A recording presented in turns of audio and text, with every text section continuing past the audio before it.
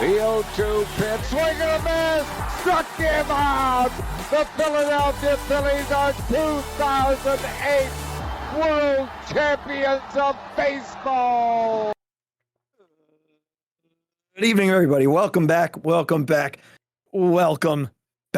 to another edition of the Phixated podcast. I am your host, Mike Azzolina, and I am joined tonight by the Rory McIlroy to my Patrick Reed. Regsy Boo, here we are.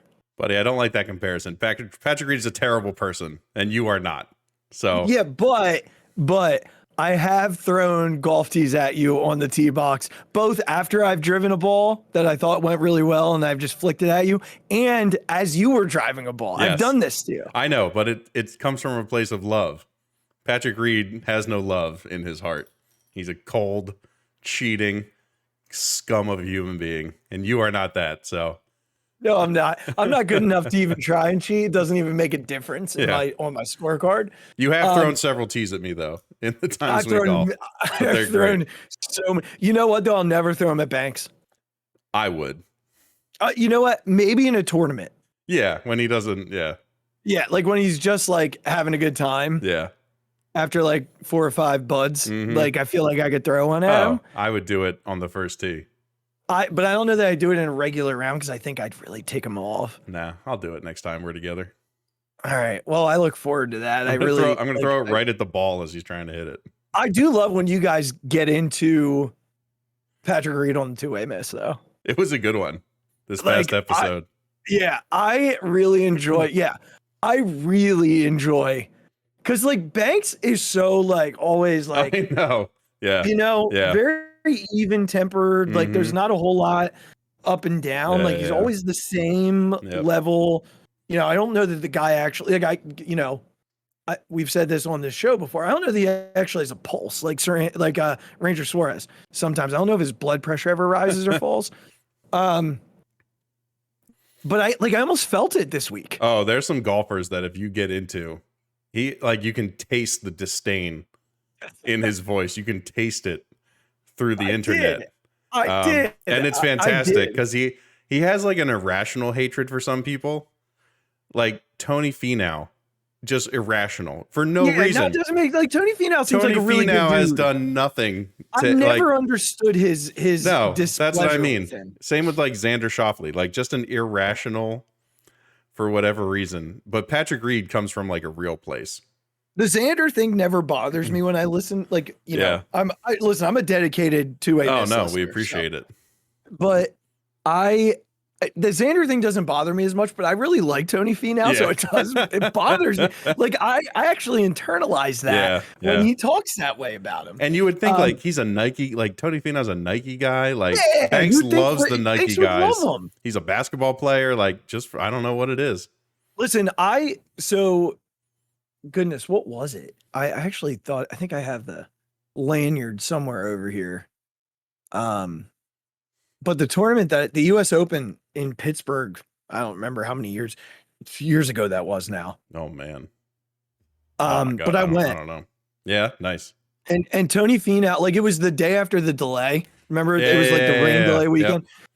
So they didn't start that Saturday round until it was late in the day. Oh, it was almost like 4:30. I feel like it was a really late start. And Tony Finau came out. We were up by the clubhouse, and that dude shook everybody's hand. Like everybody. Again, nobody. He's got like 6 kids. Like no one says a bad word about Tony Finau. It's like, do you remember the hole in one when he sprayed? Yeah, literally dislocated his ankle and popped it back into place. Yeah, all at one time. Good Ridiculous. For him.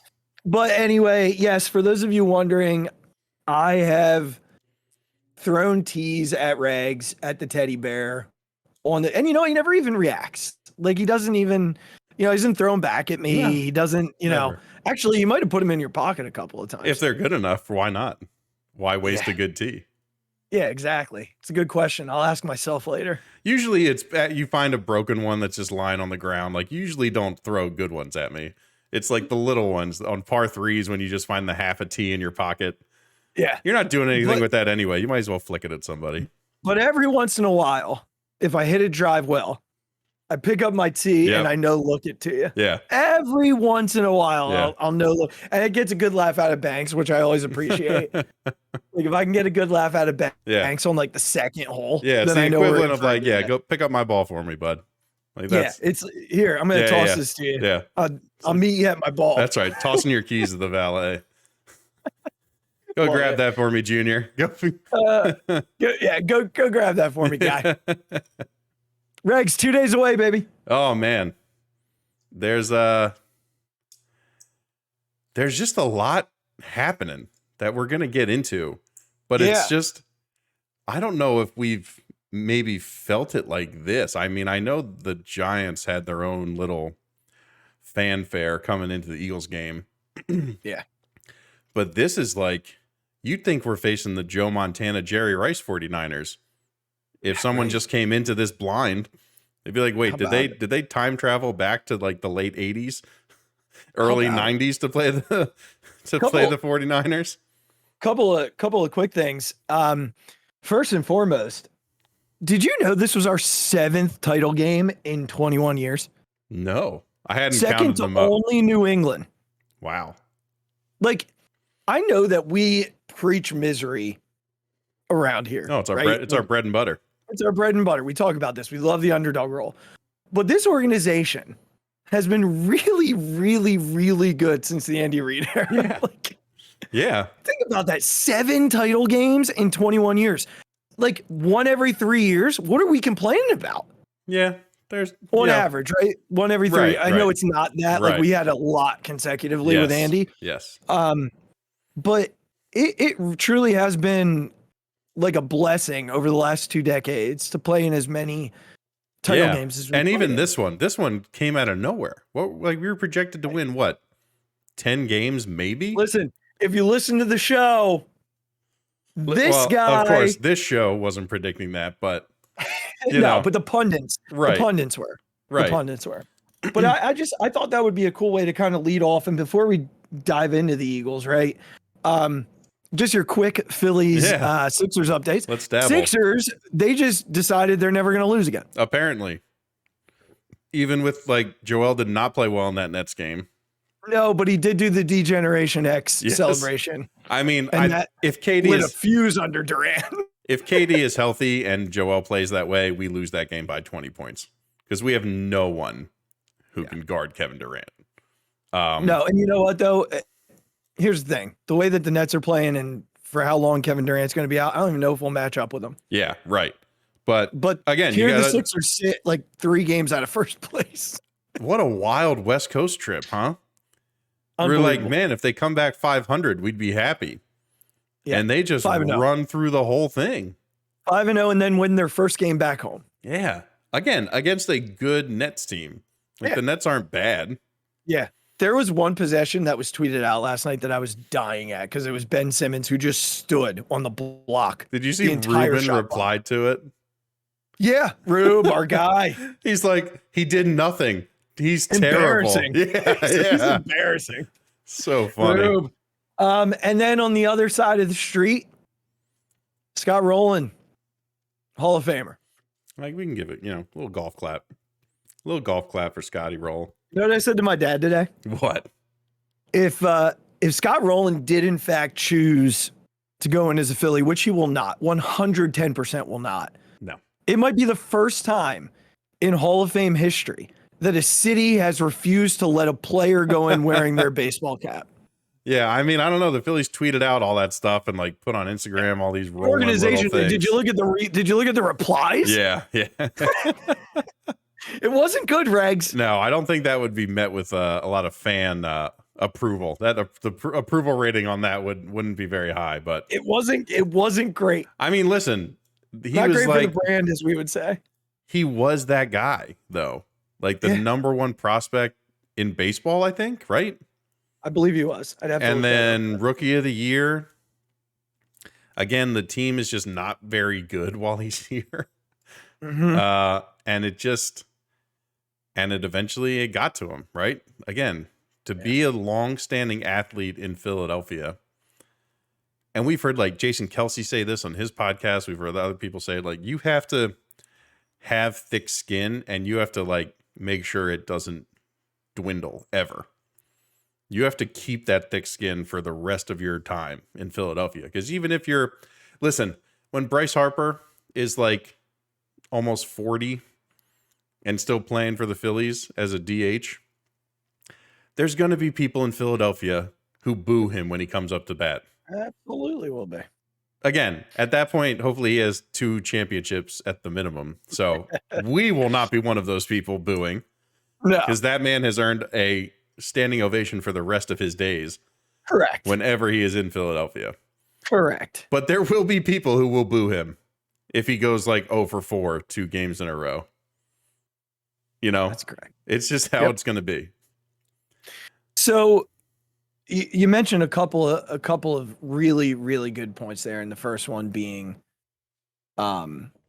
just, his rise, what he was. And I mean, he was a rookie of the year, multi-time Gold Glover, was really what the Phillies were trying to build around, but he demanded out, just didn't like the organization, what the direction was. And the fan base, he didn't, value. But I will say this, like at some point in his career, he had to regret not staying around to play alongside of Jimmy Rollins, Chase Utley, and Ryan Howard. Could you imagine that infield? Like that infield is just obscene. Yeah, it's pretty gross. Yeah. I mean, that left side of the... I love Pedro Feliz, and I will always appreciate what he did, and Placido Polanco, but like Scott Rolen with those guys. I mean, just that left side, Scott Rolen and Jimmy Rollins. Nothing's getting through. No, not a thing. Yeah. Yeah. And then the other thing that you mentioned about being, the booze and stuff like that. Yeah, it bothers me that he was never able to get past that, because we've had many guys who have been. You talked about Kelsey and, his comments around, what it takes to play in Philadelphia. And I always go back to my guy, Pat Burrell. Like that dude never, ever cried about being booed. Yeah. Not once. And he got booed worse than anybody. Got that big contract out of his rookie year and then had a terrible sophomore season. Yeah. And turned it around. Like got booed and worked his tail off and wanted to be better, and then rode down Broad Street in the front with the Clydesdales. Like that's what Philly wants. Like Pat Burrell got a huge ovation in the division round of this year's playoffs when he threw out the first pitch. Like, I don't know, man. It's just one of those things that I'll never understand. Yeah. But there was something else that Jason Kelsey said on his podcast this week that'll lead us into our Eagles conversation. And that was that the link during the playoffs is a different level of loud. Yeah. And he talked about it being an angry loud. Did you see this? I did see this. And my gosh. Oh my gosh. It was perfect. Yeah. So let's talk about that. And then that can lead us into our quick Phillies point. Because there's just like 2 things I think we can talk about with them. Yeah. Or maybe just one thing. But he described it perfectly. He's like, there's a difference in this kind of loud. Like you said, he said it's an angry loud. And I think he was like, they're like, I want to effing murder you outside. And that's what they're screaming about. They're not just screaming for no reason. And I think at a football game in particular, he's absolutely right. I think at the baseball games that you and I go to or went to in the playoffs, those crowds were pent up energy. Yeah. Those crowds were 11 years of like, I haven't been able to get this out of my body, and I need an outlet to get it out. But they both make Philly different. Like that's how it goes. Despite wherever that noise comes from, like, yeah, it's different, man. And then you had the Rob Thompson thing at the Philly Sports Writers, where he said he talked to 4 hours of hell, a manager from a team that played us in the playoffs. He wouldn't specify, but there's only 3 of them who played us at home. So you can, make your guesses at who it would be. But he literally, the other manager said, with your players and your lineup and that crowd, it was 4 hours of hell. Like, now add Trea Turner to that. Yeah, now add MLB Network's #1 shortstop in Major League Baseball. Mr. Trea Turner. Yeah, that was a cool thing to see today. We said 1 through 3, so Yep. that was a cool thing to see today for sure, especially after the shortstops that were on the free agency market this year. Really cool. My oldest got number 7 for his new travel team, so he is Trea Turner. Perfect. Yep. Perfect. I love that. He was very happy. I absolutely love that. I'm sure he is. I love that. That's great. And knowing that you got your number, the top shortstop in the game certainly doesn't hurt. That's a plus. Good day all around. That's right. Regs, there was something that put me in a bad mood today. Or I should say yesterday. Did you see the finalists for all the awards in the NFL? Yeah. So Jalen Hurts. I'm not going to say I saw all of them, but I saw most of them. Okay. So Jalen Hurts is a finalist for MVP, which is wonderful, well deserved. Yes. Nick Sirianni finished outside the top 3 for Coach of the Year. Hassan Reddick finished outside the top 3 for Defensive Player of the Year. And Brandon Graham finished outside the top 3 for Comeback Player of the Year. So they had 3 snubs. So I saw I saw the Coach of the Year one. I'd love to know the 3 for Defensive Player of the Year and Comeback Player of the Year. I'm gonna let you pick your, the one that bothers you the most. And I'll tell you the guys. Yeah. So Jones from the Chiefs, Chris Jones. Okay. Defensive end. Yeah. Michael Parsons. Okay. And Bosa from the Niners were the finals for Defensive Player of the Year. Did Jones have more sacks than Hassan? I don't know. Okay. I'll look up his stats. Yeah. Anyway, you keep talking while I wanna look at the Comeback Player of the Year award real quickly. So the finalists were Geno Smith. Okay. Was he hurt last year? Apparently. Was he, or he just was behind Russell Wilson? Apparently he was. I mean, I thought Comeback of the Player of the Year was specifically for that. That's what I thought too, but I don't think Geno was hurt. He just didn't play. Saquon Barkley, Christian McCaffrey, and Geno Smith. The most surprising player on this list is Smith. Coming into the season, many believed Drew Lock would win the job. Seahawks traded Russell Wilson to the Broncos, but Smith had other things in mind. I have the group. Smith has the least eye-popping numbers. Doesn't say anything about last year. This is just putting the sexy positions up for this award. Like, it's not sexy to put a D end up for it if you can have a quarterback and 2 running backs, right? So you want me to go first and who I think was the biggest snub? Sure. I mean, I have my answer, but yeah, you can go. And it might be the same. So if that's the case, I apologize for jumping the line here. But for me, it's Brandon Graham. Okay, it's not the same. So okay, I can get past the Hassan Reddick thing because I think there's probably some that's a hard one to win. It is, and you can't just go off sacks. Yeah. Like there's a lot of other things that go into that, right? Like a lot. And honestly, when you think about what Hassan Reddick has around him in terms of depth, which we're going to talk about later, those 3 guys don't necessarily have. They're the best player on their lines by a lot. Yeah. Hassan Reddick is helped by other guys, including the one that I'm going to talk about here in a second. And then the Nick Sirianni piece, it ticks me off quite a bit. I don't know that he necessarily should win it, but I do think he belongs on it. I think Brandon Graham should win Comeback Player of the Year. Yeah. Like I'm sorry, Regs. Like I will never ever get over the fact that when you look at the other guys on that list, and I'm gonna put Geno Smith to the side because I don't. That's a stupid choice. Like whatever.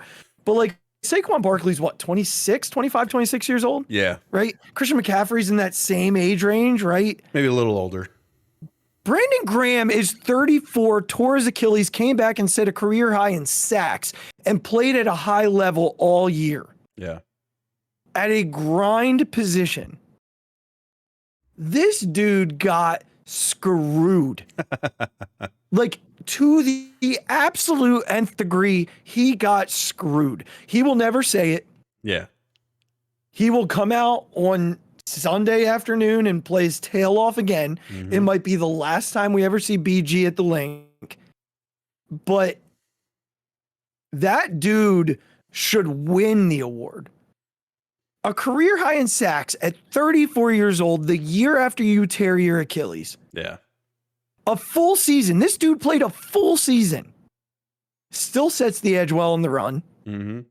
Still gets after it every play. He's always at the ball, Regs. All the time. Like, this is a guy who Philadelphia did not love when he was drafted out of Michigan. We were in college when he was drafted, Regs. Yeah. We were in college. We were like sophomores, juniors when he was drafted. Yeah. Like, what? How is he not? How is he not the comeback player of the year? I will never get it. That is mine. Tell me yours. I think I know who it is, and I partially agree, but if I had to pick one, this is the guy who deserves to win it. Not just be on it, but win it. Yeah. I mean, mine's Sirianni. How do you leave him out of the final three? Like, come on. You know who the whatever others, it is. You know who the three are, right? Yes. Peterson, Dable, and and Shanahan, his opponent. Yeah, Shanahan. But it's like, what? Okay. Brian Dable went 9-8.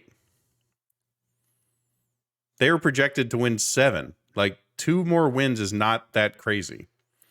Doug Peterson might make a little sense because he literally took the worst team in the league last year to the playoffs. Yeah. So, okay, fine.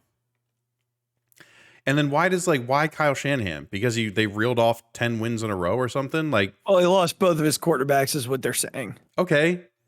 The Eagles got their doors absolutely blown off in round 1 of the playoffs last year. They were a team that was not ready to be there.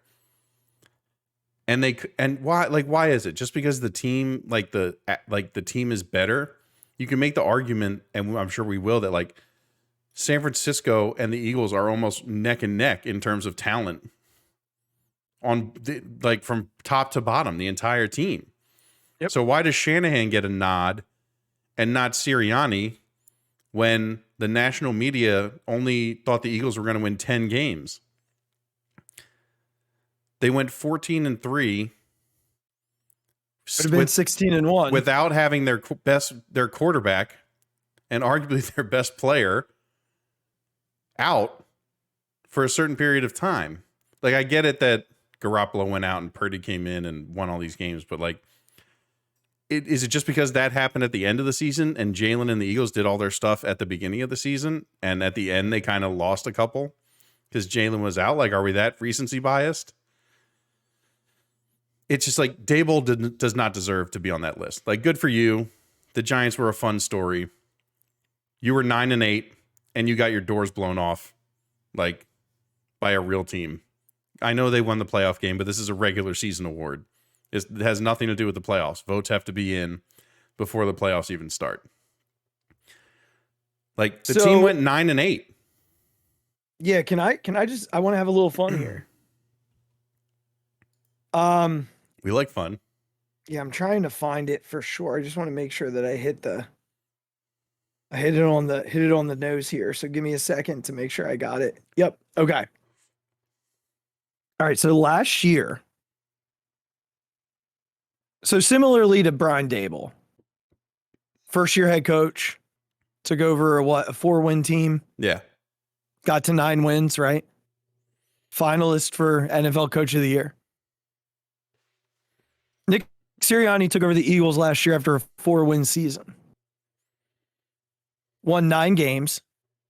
Got to the playoffs. Not a playoff award. Rex, he wasn't even in the top 5 for Coach of the Year last year. Here were your top 5. Vrabel, who won the award. Matt LaFleur. Las Vegas interim coach Rich Bisaccia. Jesus. Cincinnati's Zach Taylor. New England's Bill Belichick. Nick Sirianni wasn't even on the list last year. Yeah. Now they went 9-8. He literally took a 9-8 team to the number 1 seed in their division while losing their quarterback at the end of the year. And people will say, well, they're the most talented team in the league. Anybody could have done it. Well, if we're going to say that, then look at Shannon. They have the best defense in the league. They have multiple weapons. That's why a great it doesn't. Offensive Right. line. That's why it makes no sense. Because if you're going to put Shanahan in, how does Sirianni not get in? And I understand the Brock Purdy thing. Like whatever. It's fine. I get it. Whatever. But like in some way, shape, or form, Nick Sirianni belongs on the list. Yeah. He just does. Like he just does. Yeah. So I agree with you. That one bothered me. I think the BG thing bothered me more just because I think he should win it. Like I think Doug Peterson should win Coach of the Year. Yeah. What he did, and he doesn't have nearly the talent that Sirianni has or Shanahan. I mean, to literally take the worst team in the league and win a playoff game. Yeah. Is incredible. Yeah. And I like his roster, but it's not AJ Brown, Devontae Smith. No, it's Zay Jones and DJ Shark. Like actually, is it even DJ Shark? I don't even know if it's DJ Shark. I can't even remember what their number 13. What's his name? Like. Maybe it's Shark. I don't remember. But either way, it's just I don't know. You're looking it up, right? Yeah, the number 13. Yeah. Yeah, I don't think it's Christian Kirk. Christian Kirk. Sorry, he used to play in Arizona Sharks. Yeah. Shark's not there anymore. Shark's somewhere else. It might be a Lion, actually, now that I think about it. I feel like we saw him week 1. So I want to talk about that briefly, and that perfect transition into, the Brock Purdy effect. That's probably why Shanahan's on there. And Regs, this whole Brock Purdy charade, a couple of things I want to talk about here before we get into the matchups, and he's certainly going to be part of that. Look, the story's cool, right? Like we all love a good Cinderella. Yeah. I talked about the Case Keenum thing on the last episode and how this reminds me so much of that. Yeah. Like Case Keenum came in here after the Minneapolis Miracle, and everybody was saying like they're destined. Feels very similar to what we're hearing about now. Brock Purdy's destined. He's that guy. He's that dude. Oh my gosh. Regs, couple of things about Brock Purdy. Seems like a good dude. Seems likable. Sure. Brock Purdy is yet to play a road game off of the West Coast. Wow, that's incredible. So he's 6 or 7 starts. I don't remember the exact number. 6 or 7 starts since becoming an NFL starter. A majority have been at home, 4 or 5. He's had 2 road games, 1 in Seattle, 1 in Vegas. Okay, he's won both games. Credit him. Vegas stinks. Yeah, Seattle's not much better. Seattle's not very good. The environment's tough. Yes, sure. I'll give you that. Like it's one of the hardest environments to play in, but the team's not good. No, it's not. And I think if you look at the score, it was pretty tight. Especially on defense, game. They're not very good.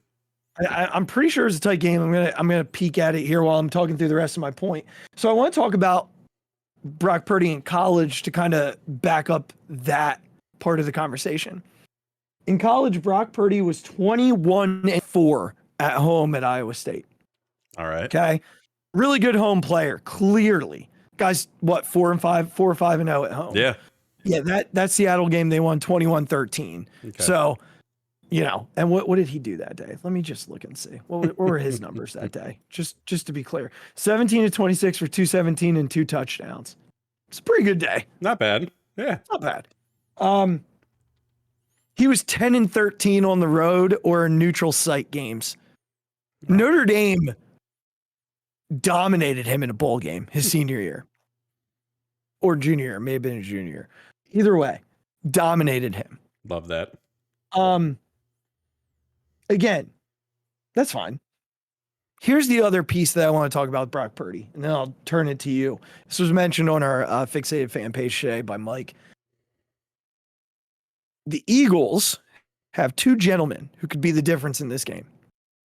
You're not going to know their names. No one's going to know their names unless they saw Good Morning Football today.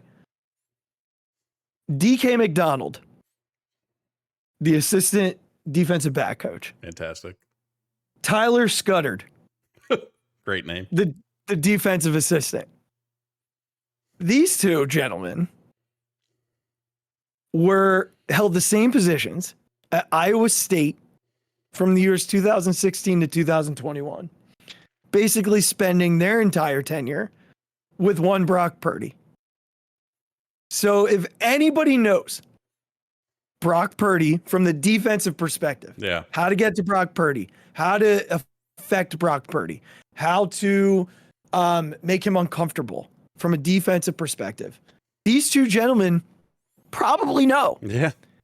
That's a huge underlying advantage for the Eagles, is it not? Like, that's huge. I mean, you would think it would have to be something. It's not nothing, surely. I understand that their position titles don't lead to a lot. Yeah. But when you're sitting in the room with your defensive coordinator, sitting in the room with Jonathan Gannon, and you have this inside track to Brock Purdy, the way he thinks, the way he operates as a quarterback, that's helpful. Oh, yeah. Of course it is. You watched him for 4 years. Yeah. These guys watched him for 4 years, Regs. Yeah. I'm just of the mindset that he hasn't played this type of game outside of San Francisco yet. Correct. I'm not taking away from him playing well. Like, look, the dude is a rookie and has stepped up and taken advantage of a very talented offense and a very talented head coach offensively. Again, do I think everyone would step into that same scenario and do well? No. I don't think it's like predestined that just because you have all these people around you that you're going to perform well. Right. So he does deserve some credit for playing well, not turning the ball over. Like, he does deserve some credit. But I think there's a huge difference to perform like this in the playoffs at home and then to fly literally across the country to play in a place like Philadelphia as your first ever sort of road test in the NFC Championship game. Like, do I think that he'll be like, do I think he'll be like 4 interceptions, 0 touchdowns? No, I don't. I don't think that will be the case. No, the scheme itself will. Do I hope that's the case? Absolutely. Like, give me that all day, please.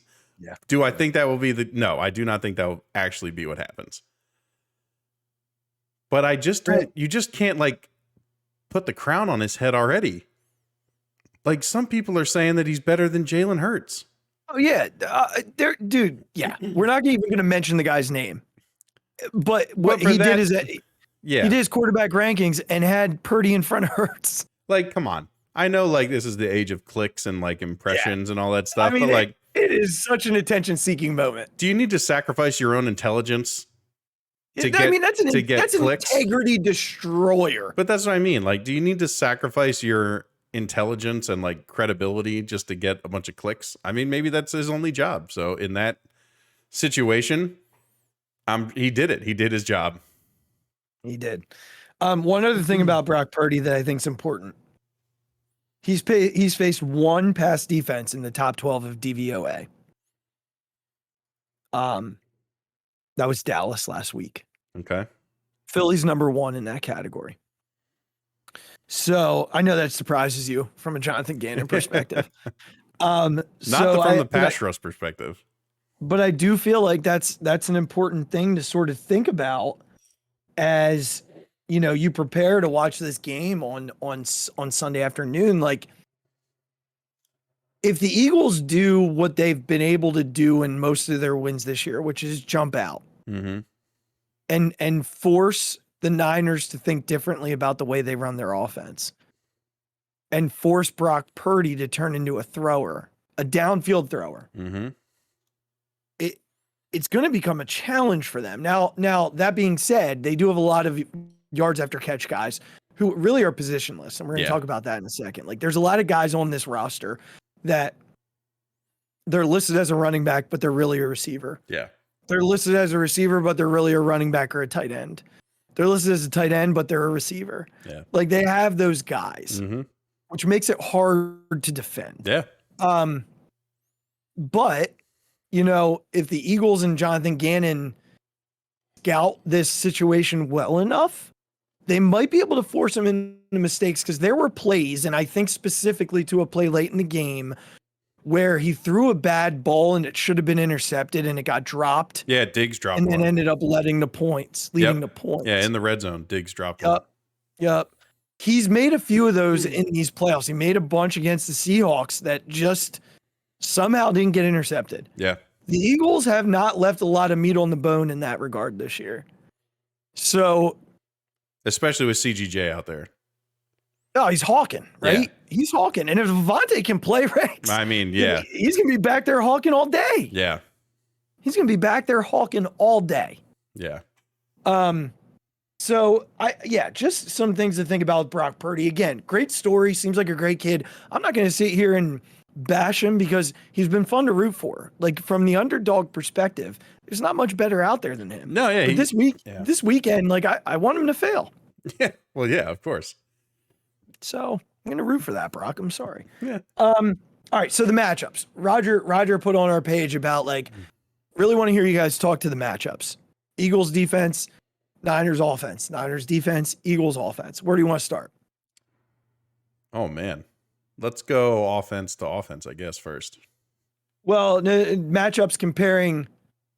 Oh, like the whole group. Okay. Like offense versus defense, Yeah, I got you. That's what he means. All right. Let's do Eagles offense versus San Francisco defense. All right. So I did look up their DVOAs on both sides. And I think this is like a really telling stat. And one that, I want to clarify for people what exactly DVOA means. I was so just about to say that. The actual stat is defense adjusted value over average. So basically, it takes into account the quality of the offensive opponents. All right. When it's adjusted for the opponent, the stat is just called VOA. Mm-hmm.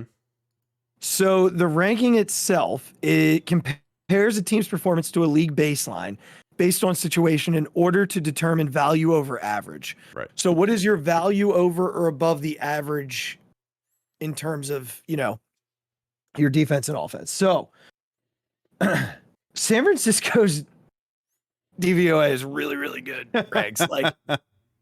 like really good. Yeah. Like offensive output against them is baby. So overall they're negative 14.1. All right, which ranks first in the NFL. Yep. In the pass game, they're negative 8, which ranks 5th in the NFL.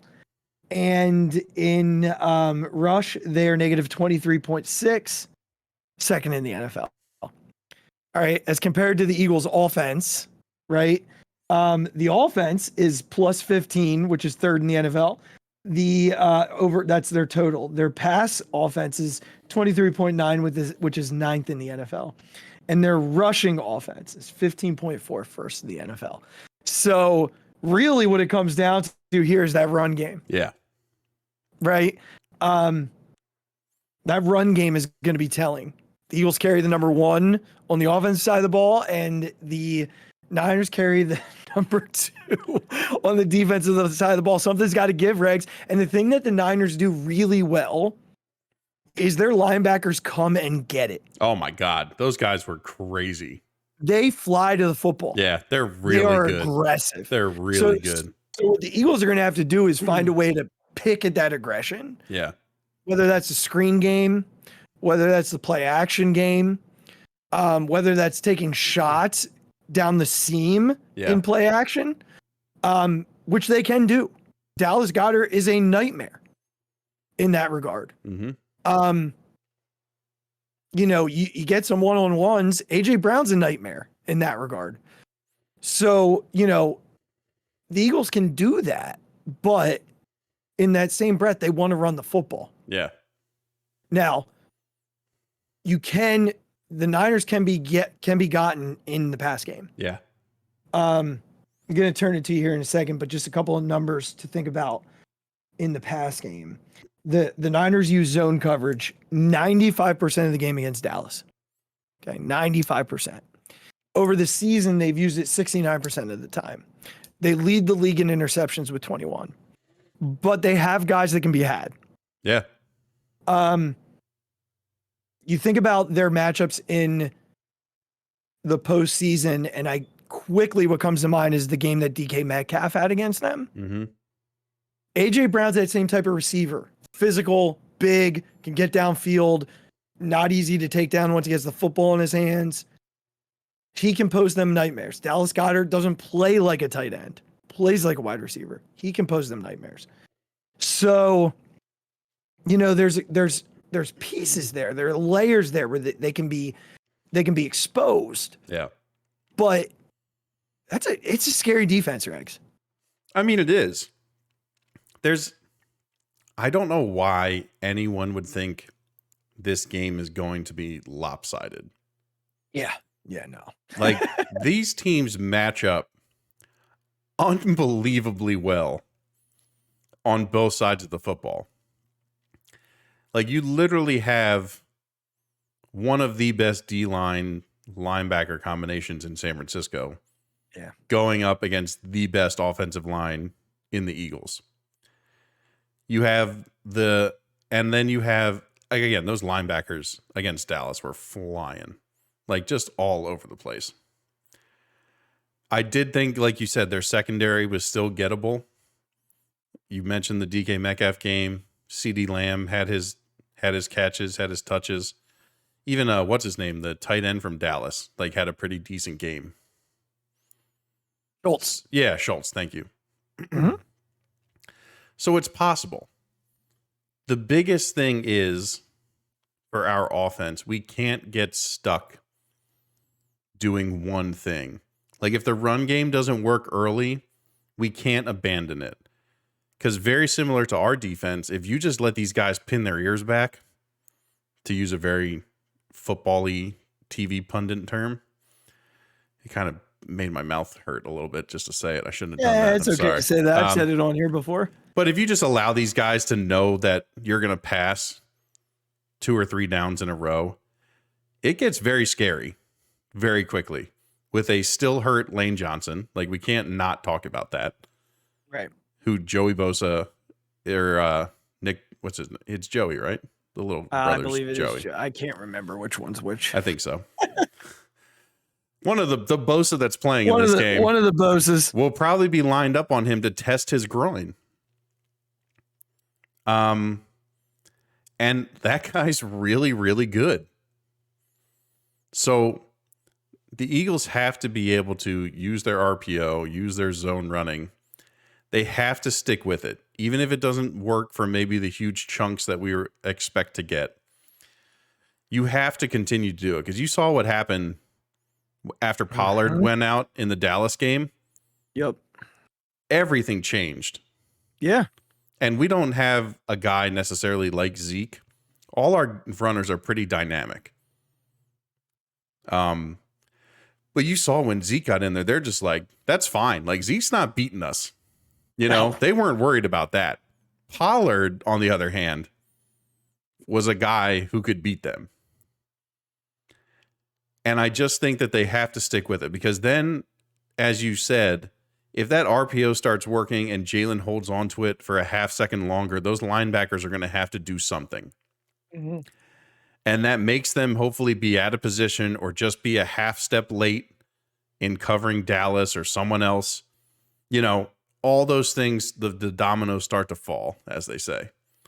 So I think it's just such an unbelievably close matchup that it's going to come down to who can execute their scheme better. This is a game coming down to just who can do what they need to do and take advantage of the opportunities that are going to happen. Because look, when we talk about the other side, despite the Eagles defensive line being very, very good, our linebackers are not as good. And our secondary, again, Slay hasn't quite looked like himself. And if Avante's not out there, it's still Reed Blankenship back there. Despite us being a Reed podcast, we are on Team Blankenship forever and always. But season interview, Reed Blankenship. But it makes a difference. So it's just, I'm going to be on the edge of my seat the whole night because there's going to be so many things to watch. Yeah. And it's going to change and it's going to one team is going to have the advantage for a little bit and the other team's going to have to come back. Yeah. But it's this game is on a tightrope for either side. this entire time. So real quickly, just want to mention this because I didn't mention it before, and then we're going to switch it and do the other side. But the Niners only faced 2 top 10 rushing offenses in the league throughout this entire season. They faced Atlanta, who had Marcus Mariota. Mm-hmm. Okay, can run the football a little bit. I don't want to say they ran a similar style of RPO, but with Mariota, it's very possible. Yes. 40 carries for 168 yards in that game. Then they face the Chiefs, who we know Mahomes will tuck it. 21 for 112. They do not do well in heavy personnel. The Eagles run a lot of heavy personnel. Yep. A lot of 2 tight ends. A lot of it. So maybe there's something to that, Regs. Maybe there's something to that. Yeah. Let's flip. I'm going to do the same thing that I did. Okay. I'm going to do the DVOA conversation. Eagles defense, San Francisco offense, DVOA rankings. Okay. So Eagles defense overall negative 9.7%, 6th in the league. Pass negative 15.5, 1st in the league.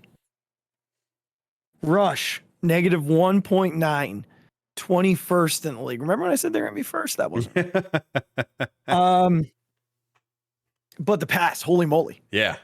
Okay. On the other side, San Francisco's offense, 13.26 total, 13.2, which is 6th in the league. Pass 35.7, which is 3rd in the league. Rush negative 0.5, which is 13th in the league.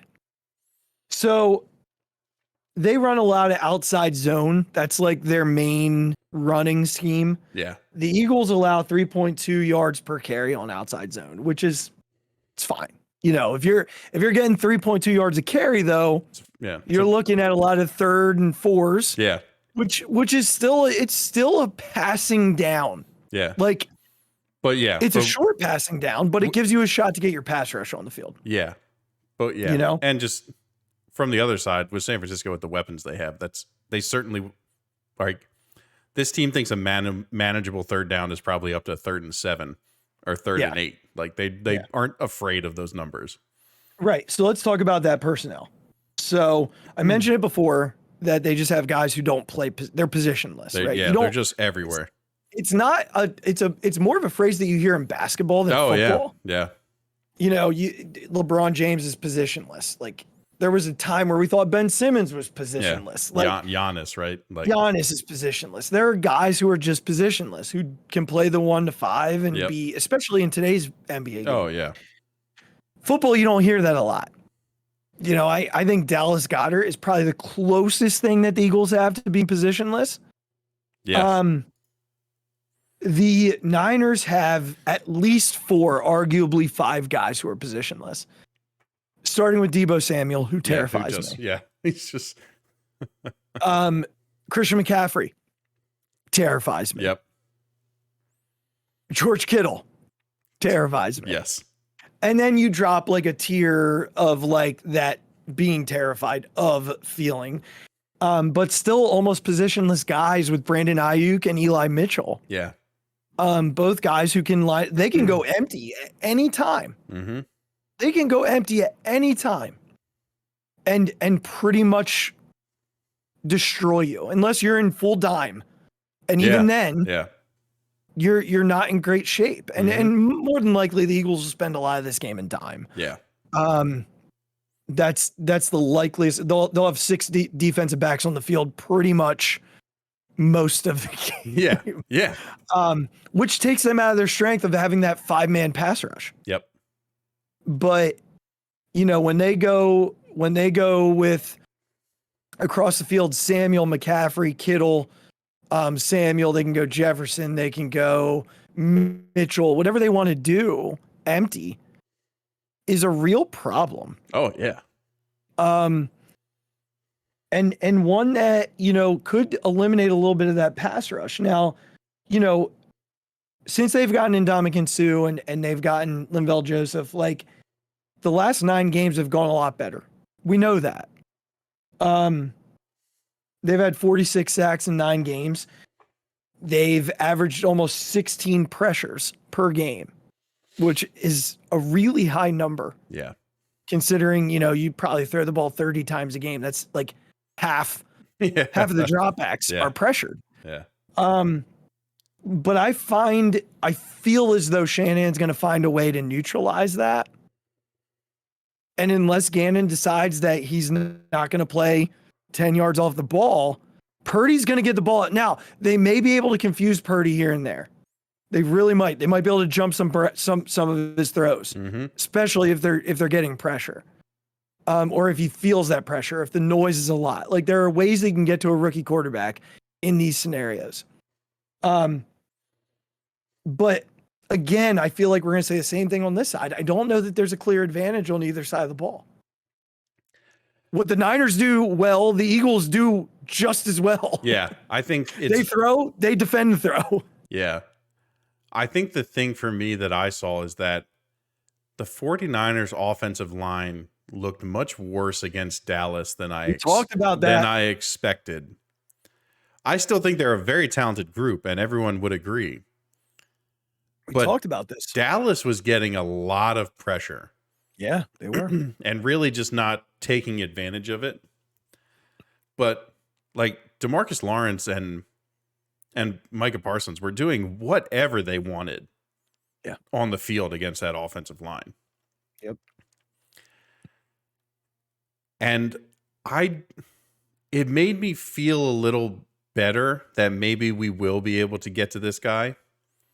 They didn't look as sort of invincible as maybe I had in my head of how that O-line would look. I'm afraid from a linebacker position, if one of our linebackers has to cover a McCaffrey or a Kittle or something like that. Like, Shanahan's going to exploit the matchups. We've seen this constantly for the past several weeks, that coordinators realize if they put a certain guy somewhere, they're going to have a matchup that they like. And San Francisco can just throw so many at you that inevitably there's going to be something that isn't great. Yeah. That being said, if our defensive line can just make Purdy uncomfortable and really, like, again, they don't need like 9 or 10 sacks, but even 5 or 6. Like, I just think if they show the ability to get to him, that was one of the things. Despite Dallas's defensive line looking so dominant, they didn't sack Purdy a lot. Right. They stopped the run like unbelievably, which is what they do. Yeah. But I just think if our guys can get home, we can't listen. We've seen that the Jonathan Gannon defense, if you allow quarterbacks to just sit back there, they're going to get plays. They're going to get chunks of yards. I think Brock Purdy can do the same thing. If we allow him too much time, there's just too many guys on this team that could just know how to get open. And our matchup nightmares. There's just too many of them. Yeah. I think our defense absolutely comes down to our ability to get pressure on the quarterback. Right. And if what we saw on Sunday night is any testament, I do feel like we're going to get there. I think it's much more possible than I thought it was before going into that game. Yeah. And mostly because of the depth, which is the last thing I want to talk about before we go to our disrespect phase of the of the podcast. Just the pure depth. Yeah. We talked about this earlier, that Micah Parsons is where he is. Bosa is where he is. Smith is where he is. Or Jones, sorry. Because they are the guy on the defense, on that defensive line. The Eagles, Reddick's been great. Like, there's no doubt. Yeah. But he's great because they wear teams down with their depth. There are just too many guys. Yeah. I feel like every podcast when I listen back, Regs, I mention like not all of them. Like accidentally I miss guys. Yep. Because there are just so many. Yeah. And they just wear dudes out. Mm-hmm. They just wear dudes out. One last key, and I don't know enough about the Niners injury report to say for them what I'm about to say for the Eagles, but there is a chance that the Eagles could have all 22 starters available on Sunday afternoon, which is an absolute freaking miracle in the NFL. Yeah. Yeah.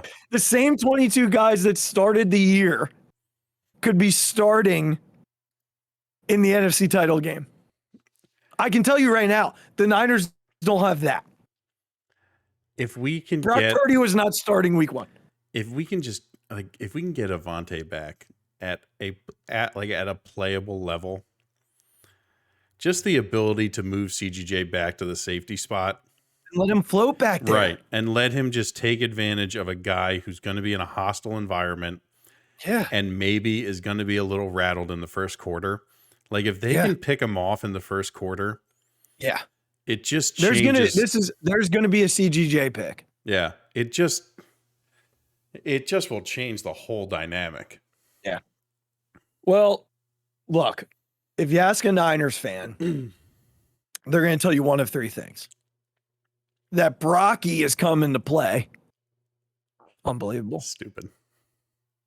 You know, if you ask Bart Scott, Jalen Hurts is good, but he's not superstar good. He's not Josh Allen good. Well, Josh Allen is not a superstar anymore. I mean, I'm okay not putting him in a certain tier, but like Joe Burrow and Patrick Mahomes are superstars. They're superstars. But Jalen Hurts belongs in that next tier, and it's not good. No, it's very good. Like there's a tier between good and superstar. Yes. Jalen Hurts is in that tier. Yes. He's not good. Yeah. And then there were a couple Niners fans, Regs. Like I sent you a video today that one of a Niners fan who took like the schedules and was like, but don't disrespect us. The Eagles haven't played. Like they're like doing the comparison thing. Yeah. And like I said to you, teams, right? The moment you start doing comparable teams, you're not convincing me of anything. You're trying to convince you. Like you're out there telling yourself, I need to tell myself we're going to be okay. Like at no point in this conversation tonight did we talk about I don't even know what comparable teams we played. I don't even know. I remember a couple of them from I don't even know his little rant. It was like the Saints, the Giants, Arizona, maybe like cool. Well, yeah. For sure. But like, I don't even know. I don't care because all that goes out the window on Sunday. Yeah. It makes no difference. It makes no difference. There were guys in some of those games that weren't in this game. Like he kept saying that we gave up 60 points to the Cowboys and the Saints. Well, does he know who we were missing in those games? Yeah. Like he has no idea who we were missing in those games. Missing 2 of our best secondary pieces in those games. Like, and we didn't give up 20 to the Saints. We gave up 13 defensively to the Saints. Like there's context to that. The team you play this week is not the team that we put out there in week 17. Yeah. So doing that is not anything but giving yourself peace. Dude, don't give yourself peace. I know you're still stressed. Sat in your car and ranted for 2.5 minutes. I saved it, and you can bet your ass that if we beat you, I'm retweeting it and asking you how you are and your feelings. Like, bet on it. And then there was another guy, Regs, who was tweeting all about, like, if we took away 3 of our games, we only had 47 sacks. If we took away 6 of our games, we only had 31 sacks. Asinine. Okay. Yeah, if you took away all the games, it's 0, right? Like, what the fuck are you talking about? And if I took away that I had chicken, I didn't eat dinner tonight. Yeah, like, what is it that you're trying to prove? Nothing. Like, you're grasping. Stop. If I took away 2 of Joey Bosa's games, he has 12 sacks, and he's not in Defensive Player of the Year finalist. Like, stop. Like, what are you doing? I just think anyone that thinks that this game isn't unbelievably close is portraying themselves as an idiot.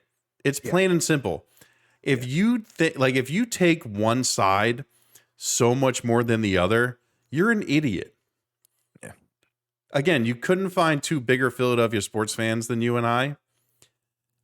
I don't like. There's not a chance in hell they blow out San Francisco. This is going to be a field goal, 4-point. Like, this game is 2 points, 1 point. Like, this game is not going to be one-sided. Correct. It's just not. You can't be so naive. Like Bart Scott. Like, come on, man. Hopefully you hear this. You're an idiot. Like, the 49ers are going to blow out the Eagles. You're an idiot.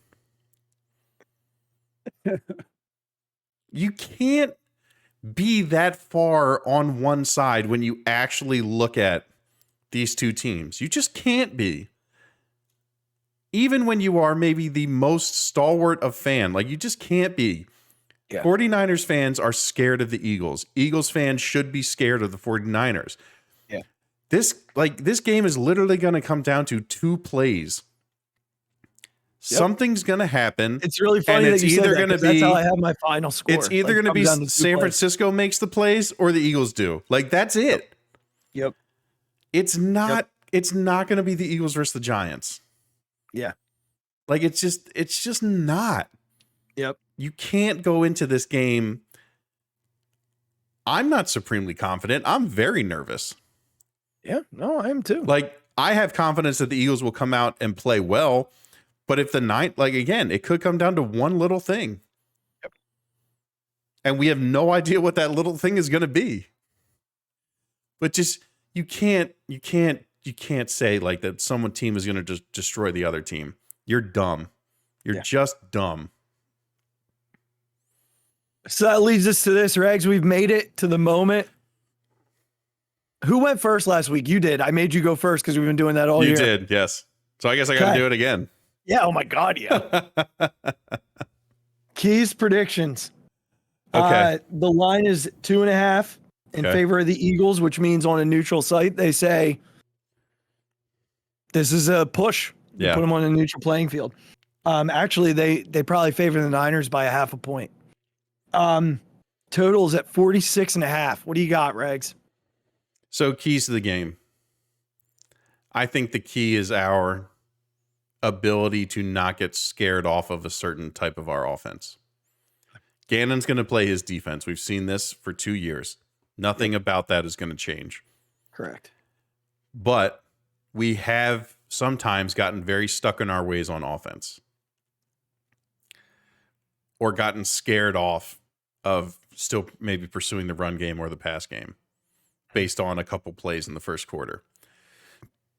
You can't do that. This offensive line has proven itself time and time again to be one of the best rushing offensive lines in the National Football League. You have to have that part of your game be intact because it's what makes this Eagles team so dynamic. You have to be able to pull those linebackers up a half step, 1 step, to allow Goddard to get open, to allow AJ and Devontae to get open.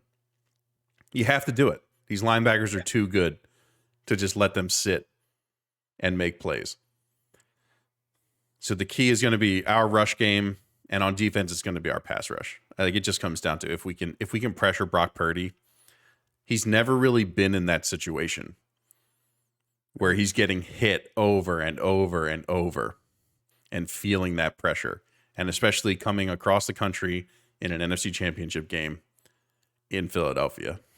It's going to make all the difference. My final score is 24-21 Eagles. I think it's a late game field goal that wins. You got the under barely. Yep, by a point, I think. Yeah. Yep. Yeah, you got him at 45. It's 46. Yeah, I just don't think either team's going to score a ton of points. All right, here's what I got. I got sort of two keys. I got an offensive and a defensive. That's okay. I had one of them. Offensive key is AJ Brown. Yep, I love that. They cannot handle big receivers. This has got to be an AJ Brown game. Like double digit receptions. Yeah, 14 triple targets. Digit yards. Yeah. It has got to be an AJ Brown game. I talked about it with Goddard last week, and I'm going to it with AJ this week. Like, it's got to be AJ Brown. Yeah. And on the other side, it's their offensive line against our defensive line. This defensive line has been so good all year. Mm-hmm. And if they can get them into passing downs early in drives, then yeah, they might be able to shake Brock Purdy. Yeah.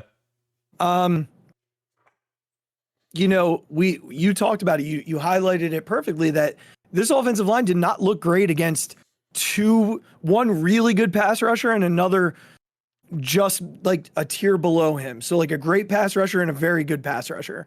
Well, the Eagles have all of that, and they've got it 8-9 deep. So, you hope you're in it. You hope you're pounding away at the game. And then when you get into that fourth quarter and things are really, hyping up, that they're tired and that you can create a turnover in some way, shape, or form. And Regs, that's exactly what I think happens. I think the Eagles lead 27-20 going into the final drive of the game. And one of these defensive linemen, likely Hassan Reddick, preferably Brandon Graham, after my rant earlier, strip sack, Eagles win the game 27-20 because of what they're able to do with their pass rush and wearing down that offensive line. Both of us have them going, bro. I mean, and again, this is no disrespect to the Niners. No. This might be the closest game we picked in weeks. I mean, I think easily it is. Maybe outside of what we thought that Dallas game was going to be at Dallas. Yeah. This one is exponentially closer than that, I feel. Yeah.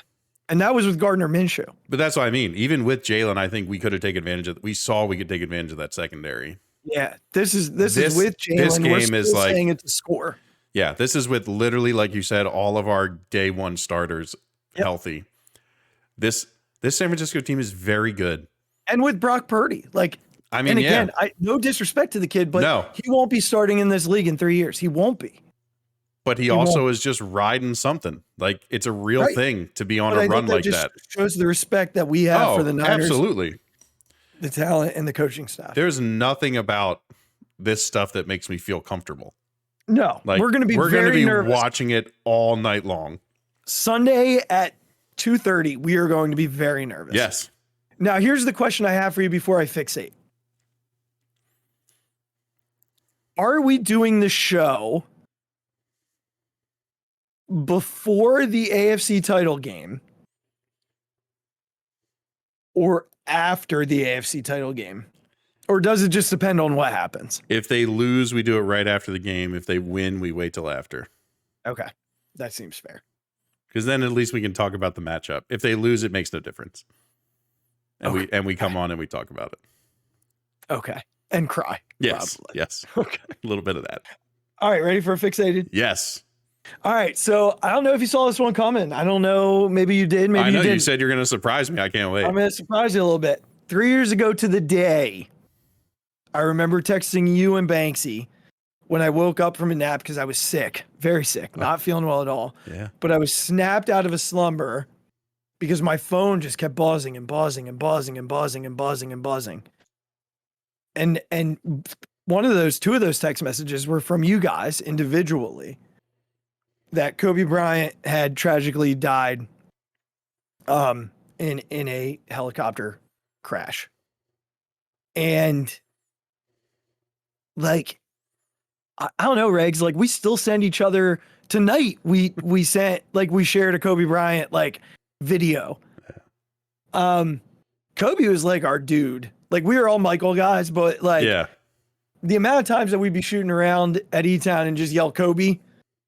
Like, I think I yelled it every time I shot a 3 in intramurals. It was for anything. It's if we were shooting like a can into the recycle bin. Yeah, which we did a lot of. Yes, we did. But like Kobe was sort of, you know, that like we were old enough to really appreciate Kobe, you know? Like we appreciated Michael because everybody appreciates their childhood hero. No one doesn't appreciate the guy they grew up admiring, right? But for us with Kobe, it was like a different layer of appreciation because of who he was and when we got to watch him. Like we got to watch him in like our formative years, like our high school, our college years, you know, our young adult lives. Kobe Bryant was the guy. He was the NBA premier guy. Multiple titles. What everybody except him deemed to be the heir apparent to Michael Jordan. Like Kobe would never give himself that. When you watch interviews back, he would say, "No, like that's not who I am. I'm Kobe Bryant. I'll never be Michael Jordan." And I think like what struck a lot of people after his death was something that you wouldn't have seen as the like outside looking in, which was the work ethic. Unless you really followed Kobe Bryant, like the work ethic that he had and the desire and drive that he had to be the greatest at what he did and how he pushed people. If you have not watched Redeem Team, go watch Redeem Team. Yeah. There's like a whole thing on Kobe where you're like, dude, this guy was a psycho. Yeah. But in the best way. Yeah. You know, I think that night, what crushed me and what probably crushed you, and I think we've talked about this, is like he and Gigi died in a way that like didn't even allow them like a sense of peace. Like didn't even give them like it was sort of he was so prepared for everything. Every game he played, every matchup he had, every play, every dribble, every shot, like Kobe was so prepared. Yeah. And for that to be the way that Kobe Bryant went with his daughter, who we know how much he cherished those girls. Like we know how much he cherished them. Like being a girl dad was like his thing. And for Kobe to go the way that he went just seems so anti the way that someone like Kobe should have gone. Yeah. It was tragic. It was sudden. It was unfair. And like I know from a sports perspective, I miss watching a Laker game and seeing him courtside joking with the players, like coming out of a timeout or yelling at, you know, LeBron or Anthony Davis, who hasn't played in a while, but you get my point. Yeah. I just miss watching him there joking with Gigi. Like I miss that. Like I'd watch Laker games on West Coast time or an East Coast time at 10 o'clock at night just to see Kobe sitting on the sideline. You know how many times I've watched Kobe Bryant's reaction to the Eagles winning the Super Bowl? I was just about to say that. Like, you think about Kobe and how this run would have happened, and you've mentioned this before, and you texted this to me. Like, can you imagine how much Kobe Bryant would have loved Jalen Hurts? And that's exactly where I was going. Yeah. It's exactly where I was going. I've watched that Kobe Bryant. Like, he reacted the same way as you and me. God. Yeah. Like he jumped up and he's like, "We won the Super Bowl. We won the Super Bowl." Like you know what I mean? Like he was so, there was like this human element to him. Like we saw him as a superhero. We see so many of our athletes as that. But Kobe had that human element of wanting to be perfect. But the drive that all of us have. Like, I think, and maybe one day we'll see that. Like, I feel like with Michael, like, yeah, there was that work ethic there, but we never saw the human side of Michael from the way that we've seen it with Kobe. Like, we know the hours that Kobe spent in the gym. He's talked about it. He's, Michael is very much like reserved in that way. Mm-hmm. And that's why I texted you what I texted you the other day, which was the video of Nick Sirianni saying to the team, we're going to get 2 days off. And Jalen Hurts looking like he was going to murder somebody. Yep. And all I could think about was like, oh my God, Kobe Bryant would love Jalen Hurts. He would love Jalen Hurts because Jalen has what we all have come to know and love as the Mamba mentality. Like, he's never done working. Mm-hmm. There's never going to be an end. He's going to keep working. He's going to perfect his craft. He's going to be the best player, even if he doesn't have the most talent, although Kobe did. Jalen is always going to work to be better than the guy standing across from him, be smarter than the guy standing across from him, and outworking the guy standing across from him. And that's what Kobe Bryant did. So, Regs, I do believe that there is this like supernatural element to sport. We've talked about this, right? Like that there are just these things that don't make sense in the outside world, but make sense in the sports world. And this weekend feels like one of those things. We're 2 days away from the NFC title game. 2 days off of Kobe Bryant's 3-year tragic anniversary of his death. And I just feel like there's going to be some weird moment in this game where I'm going to text you and say, there's your Kobe moment. Yeah. So tonight I'm fixated on Kobe for being like the dude that you and I looked up to from the time we were like 14 years old till the moment that aircraft hit the ground. And still do. I still watch Kobe interviews. And I know you do too, because you send them to me, I send them to you, we send them to Banks. Mm-hmm. Like, we just have this thing with Kobe Bryant that, like, I have his book sitting upstairs. I cannot wait to read it. I cannot wait to read it. So I went a little longer than I thought I was going to, but like, Mamba, baby, we miss you. Good God, do we miss you? Mm. Oh, man. Gigi, Mamba, rest in peace. 3 years, it feels like it's gone by in a blink. And like, I miss watching you guys on the sideline. I really, really do. Yeah. Not much else to be said, bud. Did I get it right? Yeah. I'll start crying if I talk about it, because I had like thought about, again, not to like diminish anyone who doesn't have kids, but like when you have kids, like you just think about, for sure. Again, I would never be in a private helicopter, right? But you just think about the moment, and you think about, I'm like, it's exactly what you said. Kobe was always ready for everything. And you almost envision him like holding on to his daughter as she is obviously correct, freaking out, and he just closes his eyes and like, goes into the Kobe place and is like, well, here we go. Yep. I got you. And it's just like, which he said to so many players. Yeah. Like, and it's just like, like I said, I just got goosebumps. But like, it was tragic. It was terrible, especially given the other folks that were on that helicopter at the same time, like a bunch of girls in their young teenage years going to a basketball tournament. Like, you know what I mean? It's just, it's a tragic day, despite, one of the biggest superstars we've ever seen in our lifetimes being involved in it. Yeah. And it's, and it's amazing. It's amazing the connection, like not only to Philadelphia, but to the Eagles.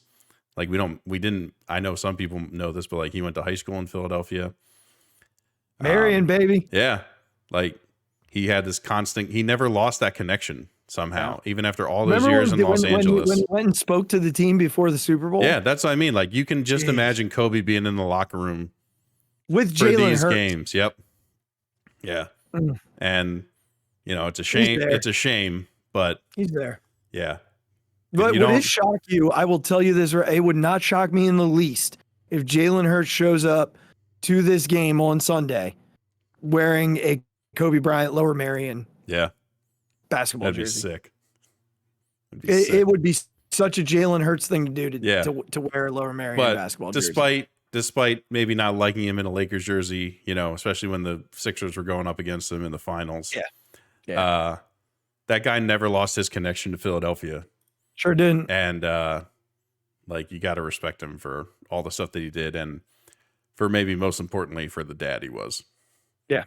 Like when it comes really down to it. Yep. Great father. And again, that mama mentality that I think is so prevalent. Yeah. The guy was a everything psychopath. we do. The guy was a psychopath. In everything we do, right? Like being so locked into whatever you're doing at that moment and trying to be the best that you can possibly be. I think there's so much to that. Yeah. So yeah, Mamba mentality and Mamba, we miss you, man. Yeah, we miss you. For sure. All right. Well, hey, Regs, thanks, man. Another fun show with you tonight, as always. Oh, fantastic. But dude, for those of you listening, our team's going into another championship game. Like, let's get it, man. Let's get it. It's been the year of the Phixated podcast. It has been.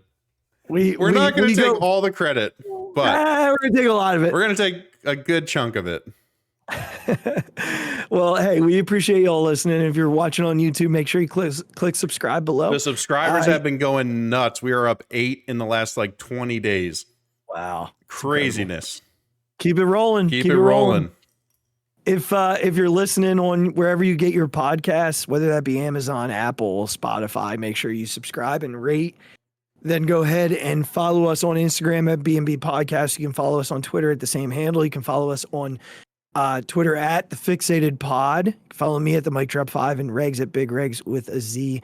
And then go ahead and jump on Facebook and follow the Phixated fan page there. And then click the merchandise link in the description if you want any of the merch that I'm wearing. It's good stuff. It's very comfortable. I wear this hoodie a lot. The pullover is fantastic. I cannot wait to be on the golf course with you wearing the Phixated polo. Heck yeah, man. I cannot wait for it. Heck yeah.